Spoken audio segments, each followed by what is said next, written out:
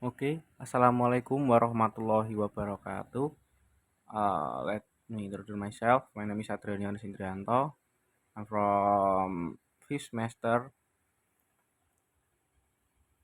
English Education Study Program.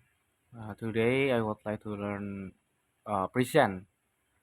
I would like to present that about learn PIPA with audiolingual. So, firstly, izinkan saya untuk berbicara dengan bahasa Indonesia. Next,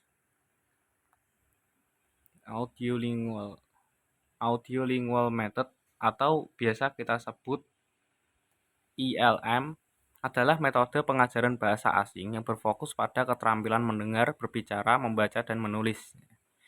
Nah, jadi metode ini mengharuskan siswa itu aktif untuk mendengarkan entah eh, conversation, entah eh, short stories, film,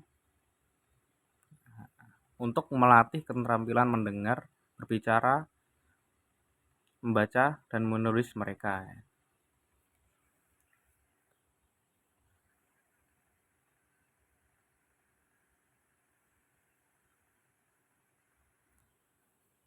Dan juga metode ini bertujuan agar siswa dapat mendengarkan dengan vocabularies yang tepat dan juga berbicara dengan lancar. Selanjutnya, media yang saya pakai untuk pembelajaran kali ini ada dua, yaitu slideshow dan juga film. Slideshow adalah rangkaian gambar diam atau gerak yang disajikan pada layar proyeksi atau perangkat tampilan elektronik. Lalu film, yaitu media pembelajaran menggunakan film, adalah alat audiovisual yang digunakan untuk menyampaikan informasi, pelajaran, atau penyuluhan. Jadi slideshow ini kurang lebih seperti PowerPoint. Film ini kita memberikan suatu film ya untuk dipelajari siswa untuk dan juga diidentifikasi yang tentunya harus mengenai budaya di Indonesia karena bahasa dan budaya di Indonesia itu sangat berkaitan. Oke, next ada slideshow. Untuk membuat media slideshow yang interaktif, guru dapat membuat slide yang semenarik mungkin, membuat PowerPoint sesuai dengan kebutuhan, tidak menaruh banyak tulisan dalam satu slide, menggunakan berbagai media tambahan seperti gambar atau gambar bergerak. Nah, gambar ini seperti foto, gambar bergerak itu istilahnya seperti video.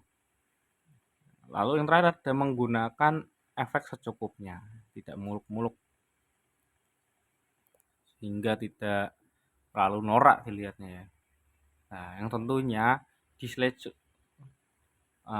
di audiolingual method, slideshow harus include yang namanya video. Nah, video itu dapat berupa lagu,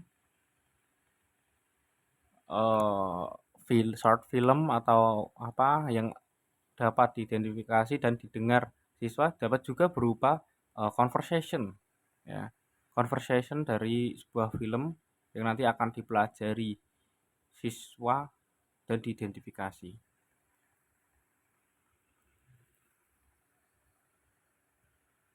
Nah, media pembelajaran dengan slideshow dapat memberikan beberapa manfaat, di antaranya siswa lebih antusias dalam menerima materi pembelajaran, siswa lebih paham dan lebih fokus dalam menerima materi pembelajaran, guru dapat menggali pengetahuan dari pemanfaatan teknologi untuk pembelajaran. Nah, jadi ada 3 manfaat yang saya kutip pada slideshow ya.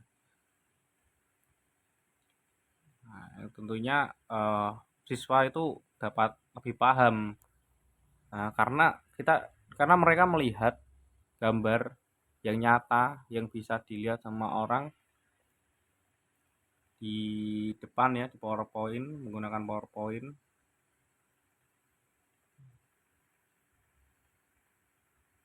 sebagai alat untuk menyampaikan suatu materi yang mungkin ini cukup kuat. Lalu ada film.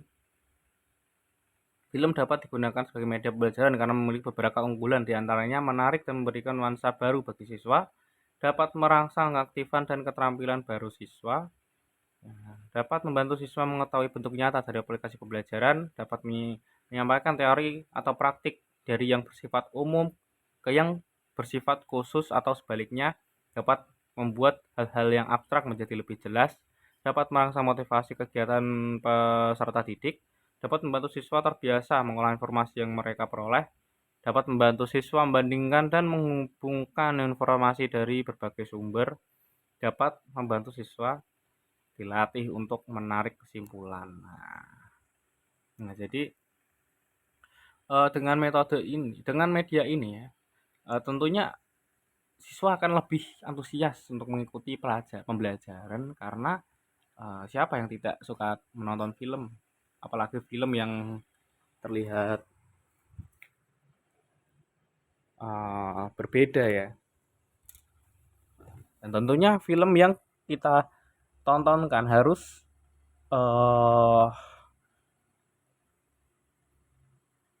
ada sangkut pautnya dengan budaya di Indonesia. Di lain sisi mereka dapat belajar bahasa dan juga budaya di Indonesia karena dua hal tersebut itu sangat penting dan juga berkaitan.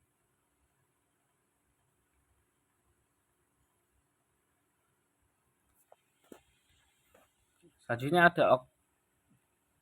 ada objektif dari film. Nah, di sini saya sudah menampilkan link YouTube, yaitu short film yang berjudul Istimewa untuk Bangsa. Istimewa untuk Bangsa. Jadi lalu setelah siswa menonton film tersebut yang kurang lebih ada 25 menit, siswa harus mengidentifikasi main karakter, latar tempat, unsur budaya, dan juga murid harus mempresentasikannya di depan sesuai pengalaman dan sudut pandang dan pengalamannya masing-masing. Mereka memiliki sudut pandang berbeda-beda tentang film tersebut. Jadi mereka harus mempresentasikannya di depan, lalu guru dapat mengoreksi dan juga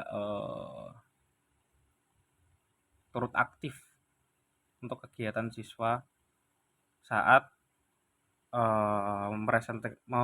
siswa mempresentasikan hasilnya di depan. Oke, yang terakhir ada kesimpulan, penggunaan media slideshow dan film memiliki kelebihan yang kurang masing-masing, namun media tersebut sangat berguna daripada tidak menggunakan media sama sekali. Selain itu juga dapat menjadi kesan untuk siswa dan menambah pengalaman berbahasa dan berbudaya. Jika ada saran dan pertanyaan, silakan sampaikan kepada kami di kolom komentar.